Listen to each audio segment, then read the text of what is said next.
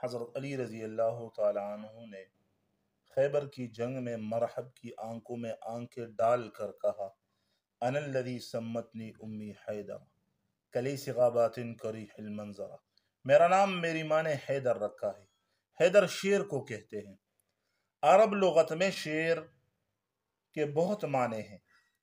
شیر کا ایک معنی حیدر، حیدر کا معنی ہے شکار کو دو ٹکڑے کرنے والا، اور حضرت علی رضی اللہ تعالیٰ عنہ مبارک کے سامنے جو بھی کافر آتا مقابلے کے لیے، حضرت علی رضی اللہ تعالیٰ عنہ مبارک اس کے دو ٹکڑے کرتے۔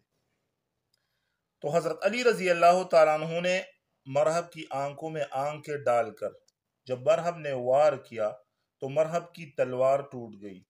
تو حضرت علی رضی اللہ تعالیٰ عنہ مبارک نے فرمایا، جاؤ دوسری تلوار لے لو، کہیں ایسا نہ ہو کہ لوگ کہے کہ علی نہتوں پر وار کرتا ہے۔ جب اس نے دوسری تلوار لی اور حضرت علی رضی اللہ تعالیٰ عنہ مبارک شیر خدا نے جب وار کیا تو مرحب کے دو ٹکڑے ہو گئے اور مسلمان خیبر کی جنگ جیت گئے۔